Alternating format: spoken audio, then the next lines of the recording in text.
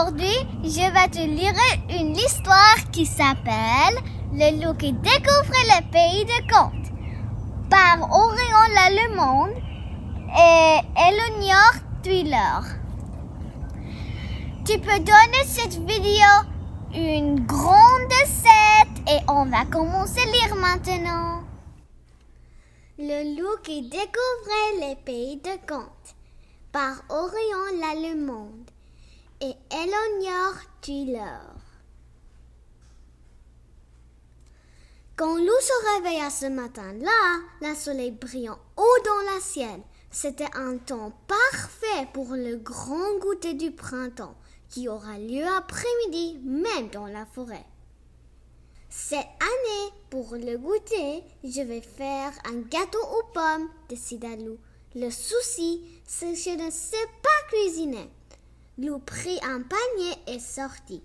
Dans la forêt, il trouverait bien quelqu'un pour l'aider.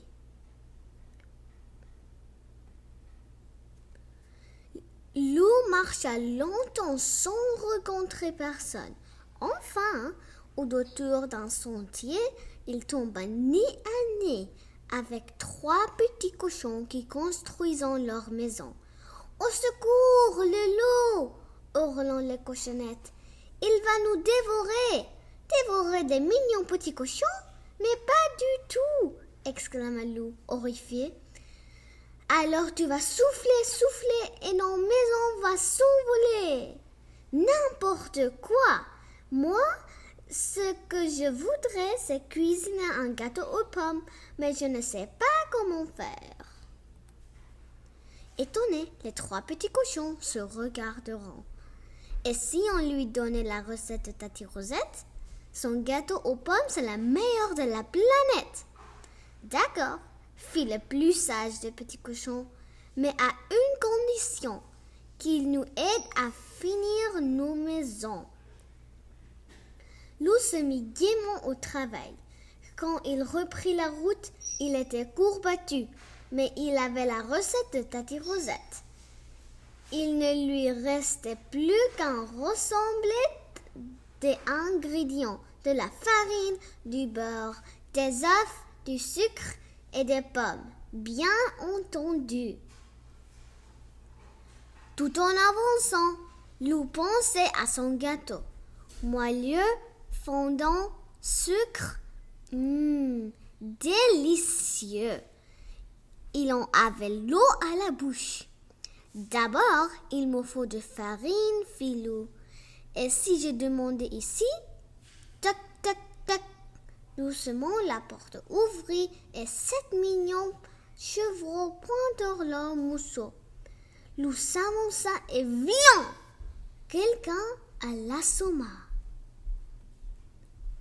Quand il rouvrit les yeux, Lou était ligogé et il avait très mal à la tête. Alors le loup, on se croit encore le plus fort, gronda la maman chèvre. Certainement pas, protesta Lou. Je voudrais de farine, c'est tout. De la farine pour montrer patte blanche et dévorer mes chevaux. Non, bredouilla Lou. De la farine pour faire un gâteau. Par chance, le chèvre adorait cuisiner. En échange de la recette de Tati Rosette, elle donna à Lou de la farine et lap, le jeta dehors. Lou reprit son chemin et grommelant. Il ne pensait pas que faire un gâteau serait aussi compliqué. Il bougonnait encore lorsqu'il entendit quelqu'un chanter. C'était une petite fille toute de rouge vêtue qui saluait les fleurs. « Et toi, je te connais !» cria la petite fille. « Tu es le loup !» Lou soupira. Voilà que cela recommençait. « N'aie pas peur, je ne vais pas te dévorer, » fit-il de sa voix la plus douce. « Ça, c'est sûr !» fit la petite en haussant les épaules. « Tu n'es pas l'air bien méchant. » Soulagé, Loup assis dans l'herbe près du petit chaperon rouge, et tandis qu'il partageait un morceau de galette, il lui parla de ses recettes de Tati Rosette. Si tu jouais avec moi, je te donnerai un petit pot de beurre pour son gâteau, lui proposa la fillette. Pendant des heures, Loup joua à chat perché, à cache-cache, au loup glacé. À la fin, il en avait vraiment assez, mais il avait un petit pot de beurre dans son panier. Ingrédient 3. Des œufs, lui ensuite Loup. Justement, il y avait un nid juste au-dessus de lui. Courageusement, Loup commença à grimper quand il le fit sursauter au pied de l'arbre. Le renard venait l'attraper un petit poule rousse. « Ce soir, tu crouillerais dans le chaudron, » se réjouit le renard. « Ma vieille mère et moi, nous nous régalerons. » Pauvre poulette, pensa Loup, je ne peux pas laisser de faire croquer. Sans bruit, il descendit de son perchoir et suivit le renard.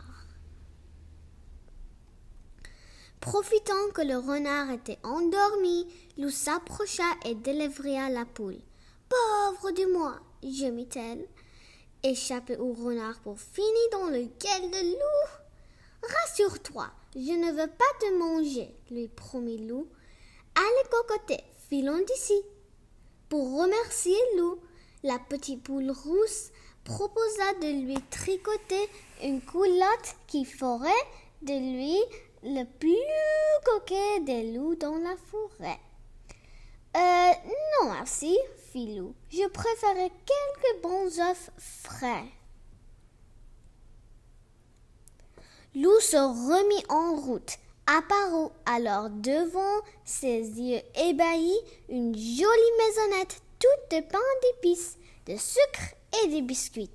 Voilà qui tombe bien, se réjouit Loup et descendant d'un morceau de gouttière.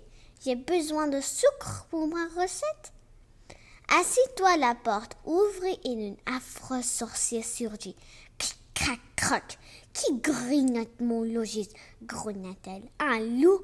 Pouah! Je vais le transformer en poulette. Ce sera meilleur à manger. Certainement pas! Cria Loup terrorisé et il s'apparata. Loup courut, la sorcière assez troussée. À bout de souffle, il arriva devant la chaumière et s'il engrouffa. « Bonjour mon ami, la salua Blanche-Neige. Qui te poursuit ?»« Une sorcière !» paniqua Loup. « Elle veut me transformer en poulette !»« N'aie crainte, elle ne le trouve pas ici. Repose-toi près de la cheminée. Tu sembles épuisé. » Reconnaissez, Loup assis et assis-toi et l'assoupit. Au réveil, Loup raconta à la Blanche-Neige toute son histoire, le goûter, la recette de Tati Rosette et toutes ces choses bizarres que lui étant arrivées. « C'est parce que tu es dans la forêt des contes, » lui expliqua la jeune fille. « D'ailleurs, voici de belles pommes pour ton gâteau. » Loup regardant les magnifiques pommes rouges avec inquiétude. « Promis, la méchante reine ne l'a pas touchée, » rit Blanche-Neige. Loup la remerciait, rassurée. Blanche-Neige conduisit alors Loup devant le miroir. « Miroir, mon bon miroir, dis-moi, quel est le plus chaud de Loup ?»« C'est Loup le plus chaud, » fit le miroir amusé. « Et si on le regardait avec nous, non, cher miroir, répondit Blanche-Neige, renvoie-le vite dans la forêt. Mais avant... » Et Blanche-Neige déposa un doux baiser sur le museau de Loup, qui le sentit rougir, partir, rougir, partir. Loup secoua la tête, tout étourdi. Il était de retour chez lui. À ses pieds, son panier était bien rempli. Youpi! J'ai tout qu'il fait pour préparer mon gâteau. Vite, au fourneau! Dans la cuisine, Lou suivit la recette de Tati Rosette. Il coupa, versa, mélangea. Lorsque tout fut terminé, son gâteau était gonflé et doré à secouer. C'est alors que, tac, tac, tac, on frappa à sa porte. « Salut mon chou !» fit Mère Grand. « On est venu pour le goûter. » C'était l'heure du goûter. Autour de la table, les amis de Lou étant déjà installés, impatients de se régaler. « Ah, te voilà enfin !» exclama Valentin. « Que nous as-tu donc amené ?»« La gâteau aux pommes de Tati Rosette, » fit Lou. « Et aussi quelques nouveaux amis. » Fin. Je suis contente de te voir aujourd'hui et je pense que tu as aimé cette histoire. Au revoir et à la prochaine.